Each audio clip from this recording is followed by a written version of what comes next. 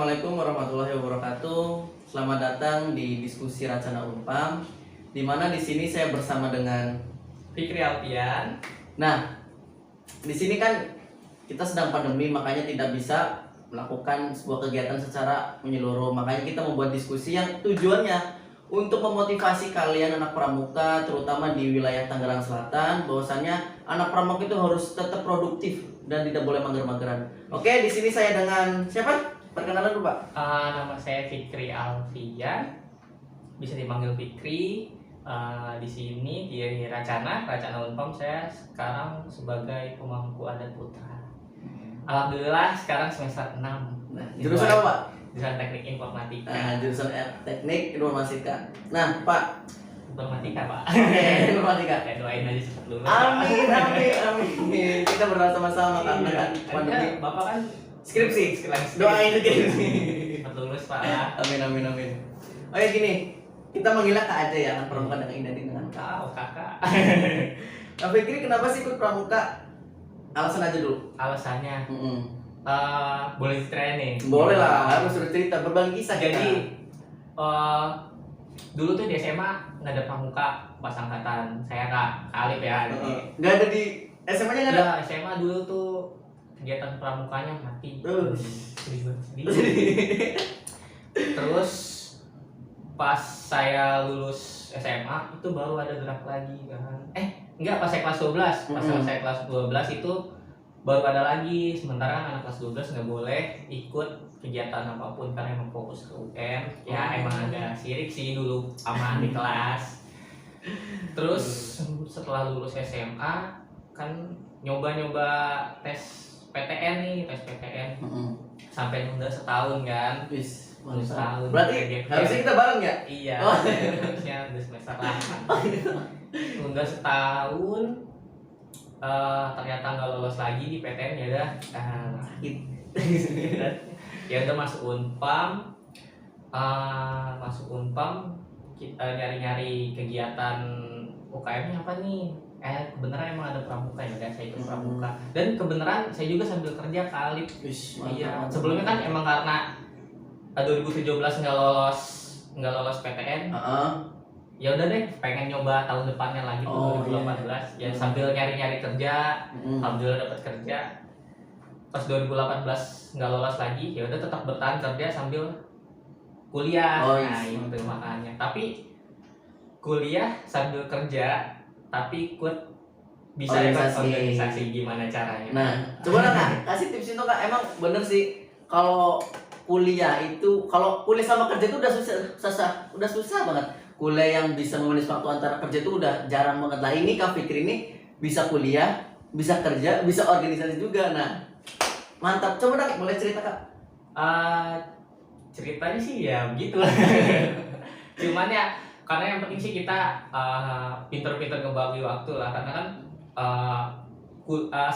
selagi kita masih bisa ada kita kerja, selagi masih bisa ada kesempatan buat kuliah, kenapa nggak dicoba kan? Nah sedangkan itu terus ada yang bilang kuliah nggak ikut organisasi itu kayak apa sih kali kayak mahasiswa kupu-kupu tuh, kuliah pulang nggak ada jiwa organisasinya tuh, udah kayak ya kuliah pulang makan minum ngekos, kayak ada yang kurang gitu kalau kita kurang greget. Kuliah cuma sekadar ya kuliah pulang bener. terus kerja kan agak jenuh gitu kan. Sedangkan saya sendiri orangnya nggak suka diem, maksudnya kan lebih aktif gitu ya, aktif. Karena kalau ya bete aja kalau di rumah nih kan libur nggak ada kegiatan, ngapain kan, gabut juga kan kurang seru. Makanya kan beneran ada Racana Unpam, dan emang waktu kegiatannya Racana Unpam sendiri fleksibel di Sabtu sama Minggu, beneran ya bisa ngatur waktu sih, karena kan yang penting kitanya sendiri yang manage waktu. Ya apalagi kan kuliah sambil kerja sambil organisasi itu yang pasti kan waktu, kesehatan pasti harus dijaga. Benar gitu. Apalagi kan kuliah sambil kerja, ya harus bisa bagi peran lah, kita sebagai mahasiswa, sebagai anak-anak organisasi, juga sebagai pekerja gitu. Pasti kan setiap orang punya harus prioritas. Terus sama kita itu harus bisa kita ini ya hidup bukan memainkan satu peran Oh sih, iya, Kak. benar. Itu intinya. Apalagi Berperan kan lah intinya. kita bisa mainin banyak peran. Menjadi peran, Ya, benar. entah ya itu seorang mahasiswa, seorang organisasi, dan seorang pekerja. Karena kan pada kehidupan nanti mungkin kehidupan selanjutnya kan entah kita mungkin ya setelah menikah, apalagi kan kita pasti bakal menikah dong. Amin. Pasti kan ya pastilah. Asli itu. Ya terus Apalagi kan nanti mungkin kita kan mungkin bisa berperan sebagai seorang ayah, Ayah, mungkin suami. nanti seorang anak juga kepada orang tua, seorang pekerja. Jadi kita ya bisa membagi waktu semua kayak gitu sih. Nah, tapi Kak, kalau kuliah kan sibuk gitu ya, kerja kan sibuk juga, nah organisasi apalagi. Nah, pernah nggak sih ngerasain di mana fase kakak itu bertabrakan waktunya dan pastilah pernah nggak Kak? Wah, pernah. Gila. Boleh cerita Sampai nggak? gila, oh ya. Wah, ya kacau. Ya pernah kita kan pernah sampai ngumpul malam tuh, Pak. Oh iya, Iya, sering. makanya pernah pas rapat apa sih pas itu ya. Pokoknya pernah kita ngumpul, emang harus banget kumpul. Kalau nggak mau kan setelah saya pulang kerja langsung ke sekret sini. Kita nyampe sini sekret jam 8, pulang jam 12. Pagi harus kerja lagi. Gitu.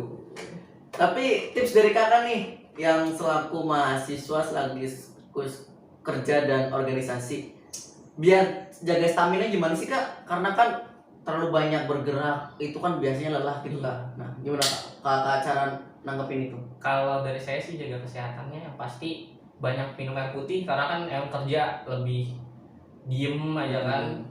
Apalagi tempat yang dingin, banyak minum air putih, banyak minum vitamin, ya jaga makanan lah kayak gitu. Olahraga yang pasti standar sih kalau kayak gitu. Kali Iya sih, mungkin kan kali anak kesehatan. kita kan berbeda persepsi. Nah Kak, dan anak pramuka kan kebanyakan orang kan mikirnya itu sukanya tepuk-tepuk tangan. Apalagi kan ini di kalangan mahasiswa nih Kak, kita bicara di kalangan mahasiswa. Kenapa sih kakak ketika mahasiswa itu malah minatnya di pramuka? Kenapa nggak di UKM lain? Kan banyak Kak. Kenapa nggak di himpunan? Kan juga banyak. Kenapa di pramuka Kak? Kenapa bisa di pramuka? Karena emang banyak pilihan kan. Ya, pertama nggak apa-apa. Baca pertama dulunya di minat di mana Kak? Emang minatnya di pramuka. Udah di pramuka, nggak tahu. Udah hatinya udah di pramuka. Sebenarnya walaupun emang banyak UKM yang Mm-hmm. lain, cuma nggak tahu minatnya di pramuka aja, nggak tahu apa. Mungkin teman-teman pramuka, teman-teman yang dari dulunya ikut pramuka pasti paham lah. Bener. Emang kadang statement orang tuh berpikiran anak pramuka tuh biasanya tepuk tangan, itu Kalau bisa di joget-joget. Kalau di kampus itu beda sih kali. Nah, gimana, Kak? Kalau di kampus? Kalau di kampus tuh ya karena kan emang kita di penegak PANDG itu kan kegiatannya lebih ke masyarakat, lebih kayak gitu kan. Mungkin lebih kegiatan di internal juga, lebih ke kajian untuk karena ya itu kali apa, kita di kampus juga mengikuti apa, Tridharma perguruan tinggi. pokoknya untuk kemasyarakatan lah, lebih tepatnya seperti itu. Kita nggak mau ngomongin itu, santai aja. Nah, kalau di kampus kan ada Tridharma perguruan tinggi di mana pendidikan, penelitian dan pengabdian masyarakat. Dan di pramuka juga ada kan Tribina, apa tuh Kak? Boleh tahu nggak Kak? Satya kali. Satya. ikut serta membangun masyarakat. Iya, mantap. Itu. Nah, itu sih. Jadi terkadang implementasi dari mahasiswa di pramuka itu ya terjun ke masyarakat itu kita. Jadi bukan hanya kita tepuk tangan aja, no. Ya, beda kita mungkin di Ambalan atau di Racana juga beda. Mungkin di Ambalan juga, teman-teman Ambalan juga banyak kegiatan tentang kemasyarakatan. Cuma kalau di Racana sendiri lebih gitu. Ya benar. Seperti itu. Nah Kak, tetapi kan lagi pandemi nih Kak, pramuka banyak yang ngedon, entah karena nggak bisa ngadain kegiatan, nggak bisa kumpul. Kita kan terbuka dengan alam biasanya pramuka tuh, sering survival, sering jalan-jalannya kayak. Nah, tapi kalau lagi pandemi gini gimana Kak? Saran buat para mereka Kak, yang anak pramuka biar tetap produktif seperti kita. Wah, kalau itu sih balik lagi ke masing-masing orang ya? Kak. Iya, karena kan emang ada beberapa, saya lihat juga ada beberapa banyak ya entah pramuka yang lain ya yang mungkin bikin kegiatan langsung tapi tetap mematuhi protokol kesehatan. Cuman kalau emang dari teman-teman sendiri belum bisa menyanggupi kegiatan secara langsung atau langsung mereka terjun ke lapangan, ya mungkin di kita juga di Racana juga banyak bikin kegiatan secara online sih, Kak. Iya benar. Untuk sementara ini, karena kan emang banyak di teman-teman mahasiswa sendiri lagi di kampung-kampungnya kan banyak di daerah-daerah kayak di Palembang kayak gitu, terus di Jawa daerah-daerah ke Jawa gitu, makanya kita lebih ke kegiatan pertemuan online sih, lebih ke kajian-kajian aja kayak gitu. Nah, tetapi kan Kak, kalau anak pramuka kan yang belum bisa beradaptasi nih ketika pandemi, itu gimana Kak harusnya? Beradaptasi. Beradaptasi dalam arti kita kan biasanya kumpul pramuka ya langsung berkerumun, tapi ketika pandemi harus mengurangi protokol kesehatan. Nah, kira-kira kalau mereka yang mau ngelakuin kegiatan nih Kak, harus mengikuti protokol kesehatan kan itu ya Kak? Ya pastinya Pak, kalau untuk kegiatan langsung. Cuman karena kan agak sulit mungkin dari kan minta perizinan dari gugus depannya atau pembinanya kira-kira menyetujui atau tidak untuk kegiatan langsung. Kalau emang menyetujui pasti kan secara protokol kesehatan. Mantap. Nah tapi Kak, buat menurut Kakak nih, Kakak kan ikut pramukanya di ketika mahasiswa. Nah kan kebanyakan nih penontonnya nanti banyakan dari siaga, penggalang, penegak atau tapi kan. Wow. Nah gimana Kak biar mereka tuh tetap ikut pramuka sampai mahasiswa? Berikan sudut pandang kelebihannya menjadi pramuka di kalangan mahasiswa Kak. Coba Kak. Waduh, agak sulit ya nggak kata aja ya. Karena ya pasti juga bingung karena yang ikut pramuka itu lebih ke panggilan hati sih. Karena emang ada banyak teman-teman yang udah ikut dari siaga, penegak, penggalang itu ya udah stuck situ aja pas ikut. Sebenarnya di kampusnya pas mereka masuk perguruan tinggi di UKM-nya itu ada Racana, itu banyak yang nggak ikut karena emang ya udah ngerasa bosan aja mungkin mereka. Kalau emang teman-teman emang ngerasa oh gue tuh udah asik di pramuka, ya udah tetap lanjut walaupun apapun itu. Karena saya sendiri sih banyak nemuin orang-orang yang dari mungkin dari SD, SMP, SMA-nya ikut pramuka, pas di kuliahnya itu nggak ikut pramuka, emang udah merasa bosan seperti itu. Sementara padahal pramuka di perguruan tinggi itu beda. Nah, bedanya gimana Kak? Tahu nggak Kak? Wah, masuk aja dulu gimana bedanya. Karena nggak bisa diceritain juga. Ya benar. Kalian sendiri yang bisa menilai. Karena persepsi orang itu beda-beda. Kalau menurut saya ya, kan saya basicnya di kesehatan gitu. Saya juga ngikut pramuka juga bener kata Kak Fikri, panggilan hati. Karena emang pramuka itu emang udah mendarah daging gitu di belakang. Karena pramuka itu sering survive, terus sering melakukan kegiatan bersama-sama, dan kebanggaan kita menggunakan seragam pramuka itu ya kelihatan keren gitu. Ini nggak bisa dipungkiri ya. Gue juga berasa anak sekolah, masih berasa anak sekolah. Cuma banyak yang bilang kayak masih bocil. Mantel. Ya apa berasa muda aja. Iyalah. Walaupun udah kumisan. Nih tapi Kak Fikri kan SMA-nya nggak ikut pramuka nih Kak. Ada beban terberat nih sih Kak ketika Kakak udah menjadi pramuka di mahasiswa? Beradaptasinya susah nggak sih Kak? Wah sulit. Nah, boleh Kak ceritain Kak itu perjuangan banget menurut saya, karena Kak Fikri itu emang backgroundnya nggak ada di pramuka, tetapi ketika di mahasiswa dia udah bisa menjadi judat, juru adat, dan itu luar biasa. Makanya kita harus bagi tips dong. Boleh Kak bagi tips ke mereka biar tetap beradaptasi walaupun nggak punya background pramuka? Ya kayak dulu kan emang nggak ada pramuka ya semuanya. Apalagi saya sendiri masih ketika masuk perguruan tinggi itu kan lebih ke kajian.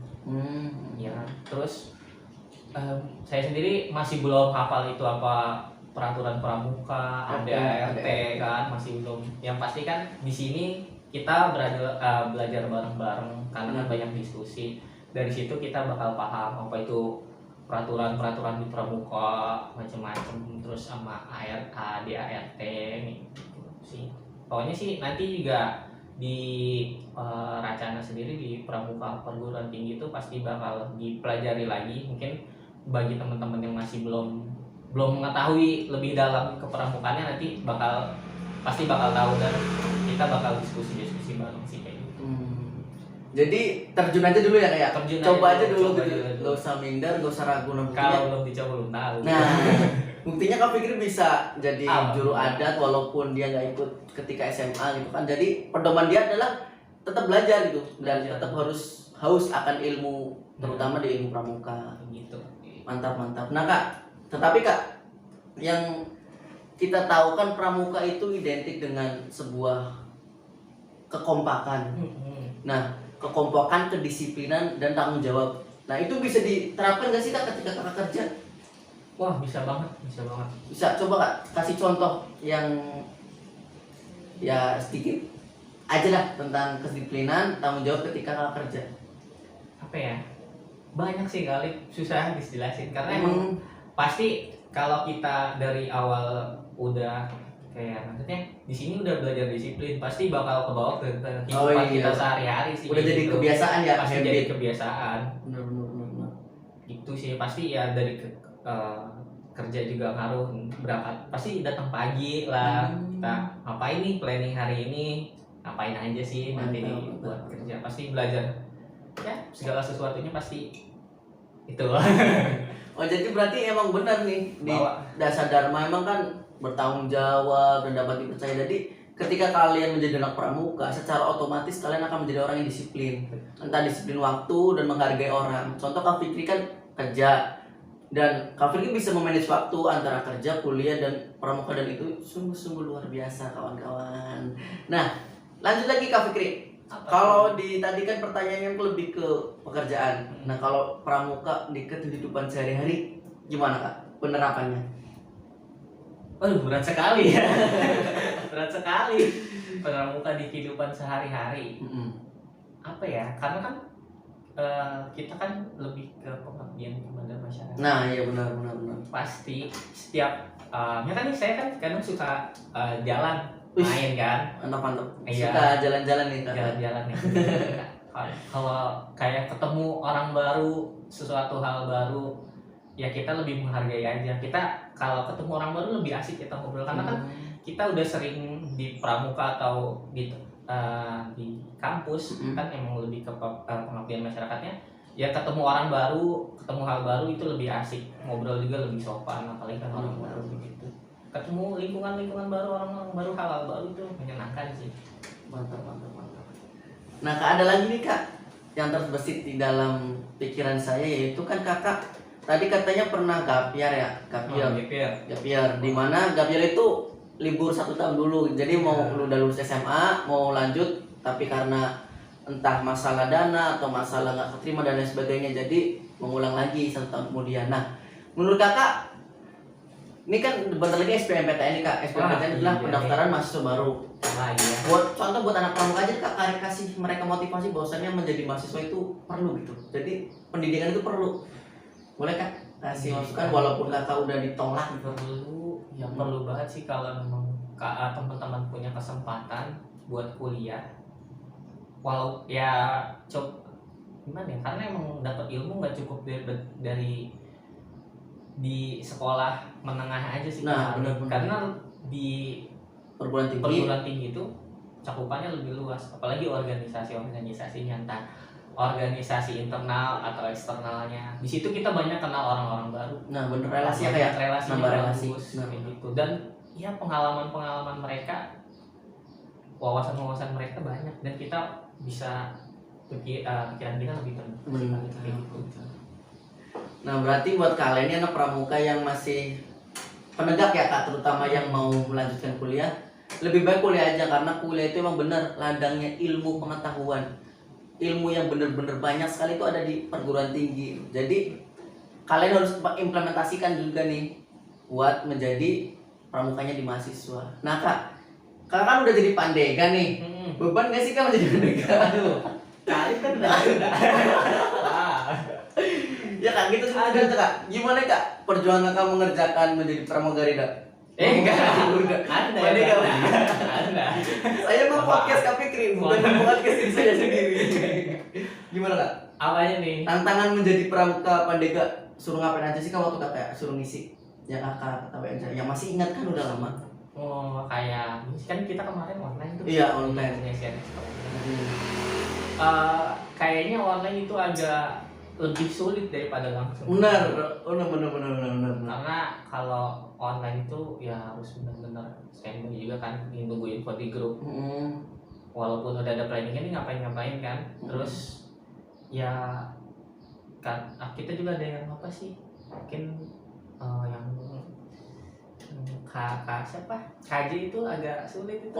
Membuat dena, kemudian membuat peta pita. Tapi kan kita kalau buat dena itu kan nggak bisa asal, itu kan harus benar-benar survei. Ya benar, ujung-ujungnya sih terjun juga. Gitu sih. Tapi jangan sampai karena pandemi menghalangi kita untuk terus berproses. Ya kayak jadi ya walaupun pandemi tetap naik tingkatan lah nih, upgrade diri gitu. Seperti Kak Fikri yang dulunya belum apa-apa udah jadi pandega, udah juga mengikuti DKR, mantap itu yang luar biasa. Boleh ceritain Kak tentang DKR yang Kakak ketahui aja? Kalau Dewan Kerja Rantingnya itu kan di kecamatan. Jadi ya saya untuk kecamatan, takutnya belum ada yang tahu gitu. Terus kegiatannya kita kan masih baru untuk DKR itu. Ya masih merintis juga, kemarin agak sempat vakum ya, mantap. Merintis lagi. Terus emang belum ada kegiatan apa sih, cuma nanti mungkin planning ke depan mau ada kegiatan yang mungkin lebih tapi tetap menyesuaikan keadaan. Mantap. Nah, kan bentar lagi juga kita Ramadan ya kayak. Biasanya pramuka tuh terjun gak sih ketika Ramadan? Wah, terjun dong. Nah, ngasih apa tuh? Makan ya? Iya, apalagi kegiatan sosial kan. Boleh diceritain takjil kayak gitu kan. Ya, bisa bersih-bersih masjid. Nah, itu. Banyak sih kegiatannya, pasti kan tetap mematuhi keadaan yang ada. Kalau tahun lalu tuh mau kita membagi takjil, memberikan minuman di jalan untuk para pengendara. Mungkin tahun ini ya karena situasinya pandemi pun kita tetap lakuin dengan protokol kesehatan. Kayak mantap Kak. Dan terakhir Kak, closing statement buat Kakak untuk anak pramuka yang di rumah saja. Apa ya? Bebas tentang apa aja, memotivasi ataupun memberikan pandangan ataupun memberikan intervensi. Kalau dari saya sih buat teman-teman apalagi yang gagal masuk PTN atau gap year, coba aja dulu. Semangat lah, kalau belum dicoba belum tahu, karena saya sendiri sebenarnya masih penasaran kenapa saya nggak lolos di PTN gitu. Pengen coba lagi kalau bisa, cuman kan udah umur. Terus sama ada pun emang buat temen-temen yang kerja dan masih bisa nyuri waktu buat kuliah. Sayang soalnya kalau masih ada kesempatan, karena emang banyak temen di Unpam itu banyak yang udah pada punya anak, ya ibarat ya udah berumur lah, masih tetap mau semangat kuliah karena mungkin ya berbagai macam hal, mungkin entah dari pekerjaannya yang kali menuntut buat dia lanjut kuliah level seperti itu buat ya tetap semangat, apalagi bisa berorganisasi. Wah, mantap banget, kalian bisa manage waktu, manage kesehatannya, manage keuangan, hebat pokoknya buat teman-teman kalau yang bisa kuliah, kerja dan berorganisasi itu sih. Kayak mantap banget closing statement dari Kak Fikri, karena kebetulan saya pun nggak kerja juga, jadi hanya fokus kuliah dan kuliah dan organisasi, dan itu pun sulit memanage waktunya, apalagi Kak Fikri yang bisa kerja, bisa kuliah dan bisa berorganisasi. Nah, buat kalian juga bener kata Kak Fikri, bahwasannya ketika kalian gagal dalam suatu bidang, contoh gagal di PTN dan nggak bisa masuk PTN ketika melalui jalur SBMPTN atau SNPTN, coba lagi, jangan takut mencoba, karena ingat bahwasannya kuliah itu sangat penting. Walaupun nanti ketika kalian kuliah itu bisa saja kalian menjadi pengangguran, setidaknya kalian mempunyai satu bidang ilmu yang kalian pegang, entah contoh Kak Fikri teknik informatika dan saya teknik kesehatan. Ada ya Pak? Bidang kesehatan maksudnya. Jadi tetap aja fokus, apa yang kalian raih, apa yang kalian inginkan, tetap aja let's go gitu, lanjutkan gitu. Karena perjuangan kita itu sebagai anak muda itu menjadi garda terdepan dan menjadi agen of change untuk pemerintahan gitu. Dan mungkin buat kalian yang masih penasaran dengan podcast kita, masih penasaran dengan perbincangan kita, boleh di komentar nanti kita bikin podcast yang kedua jika kalian banyak lagi. Oke, terima kasih. Kita berbicara. Wassalamualaikum warahmatullahi wabarakatuh. Waalaikumsalam warahmatullahi wabarakatuh. Salam pramuka, Kak. Salam pramuka.